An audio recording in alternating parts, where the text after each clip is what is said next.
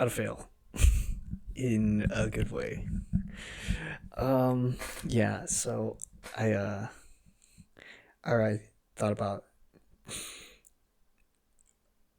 this whole day about what to pick, you know, what idea or sort of advice uh to give, but I think uh doing this one uh would be really fun. So I had other ones in mind, but I feel like covering this one would be just a lot better and more interesting, honestly. So, um, right, how do you fail in a good way?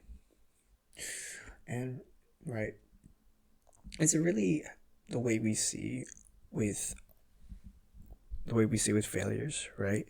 Ultimately, when we fail, right, we try again, you try again, and fail and try again, and that's really the whole purpose of failing is just really getting back your feet up and all that, all that process, all that again, right?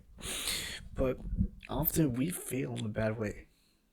Like we, it's funny when uh, uh, I see when people fail.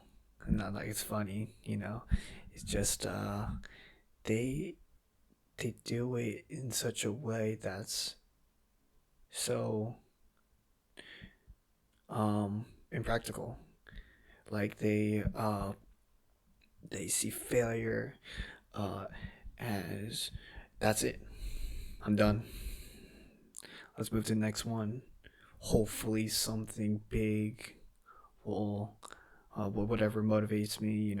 Hopefully time will tell. you know, and then I'll get back to my feet, and then get to fail again, and do it all over again. So, here's the thing, right? It really, really starts with the mindset, obviously, right? The mindset of how we see failure, right? Failure begins when we set up goals, right? When we put ourselves uh, into the thought process of what we want to become, what we want to do, where we want to be taken, whatever, right? We create this bigger image, right? This sort of image that empowers us uh, to our own realistic self, right? And because of that, uh, it's hard to it's sort of hard to reach that relationship with this bigger goal that you have. It's so distant, way too long, and a way too much bigger leap. And often we uh, try to take the test, take the leap, you know, that with the heart, that with the mind, and that what I'm thinking right now, I'm gonna do it, and then you ultimately fail. You failed. I mean, there were steps that you took, and then you failed. So, um, and people mostly just, they keep on going, but they ultimately hurt themselves in the process. And I'm telling you, you don't have to do that. Like, failure doesn't have to hurt as much as you think it should, right? Don't put yourself in a test that you're not prepared to do, right? I mean, like, it's it's stupid. uh, like it's stupid, but I mean, you probably know, right? Um, you really have to rearrange the way you think about failure, right? Not only that you have to practice failure, but you have to fail realistically. You have to make your goals also align with your failures, right? So let's let's sort of explore what failure is, right? Failing is when you, right, failed the you just didn't do the task or didn't do anything, you know, and ultimately you are in this decision where either you accept it or you just stop there, right? And obviously we don't want to stop there, right? And when we're met with failure, you know, it's always either two ways, you know, and it has to be two ways, right? But the way I see it is that you can also make it in a way where you can also make it not such a bad way to fail. For example,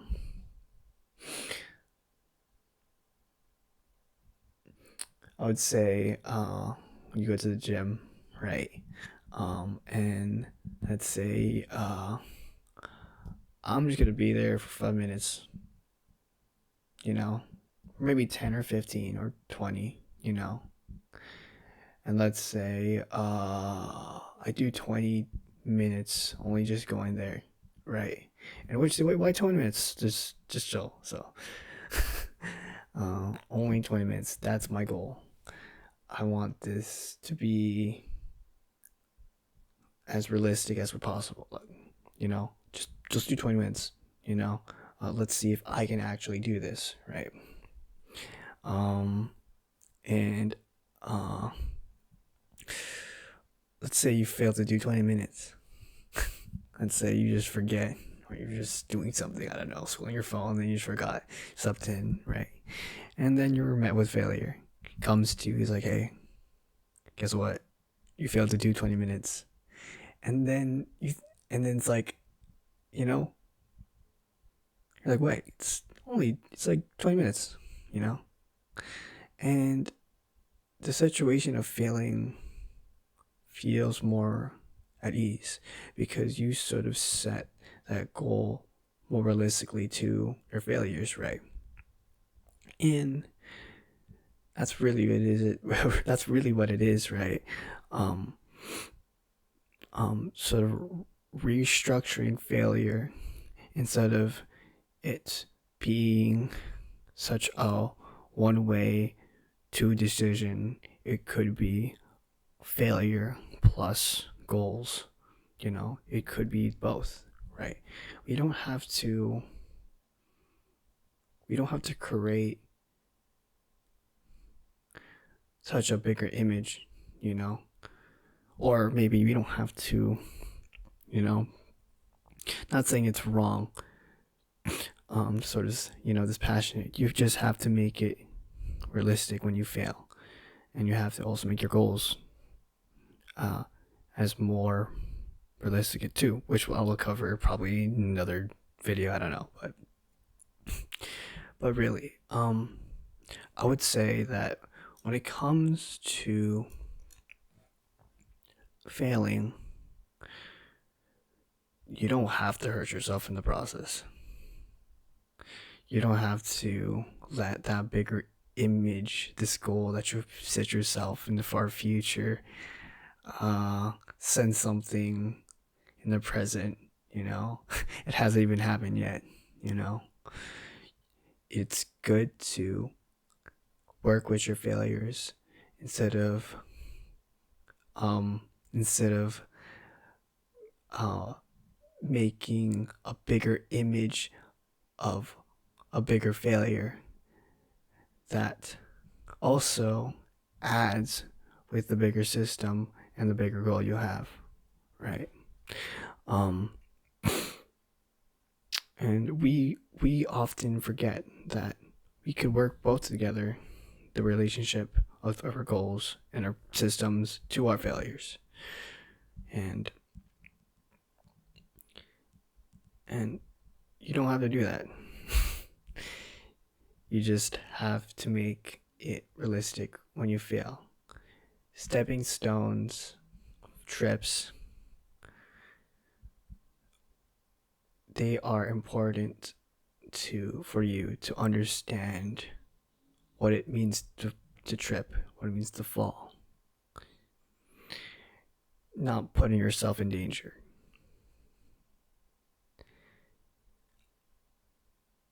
Yeah. But I feel like, right, um, that's really it, honestly. But yeah, well, I think we'll end it here. It's really late, so I'll see you next time. So later.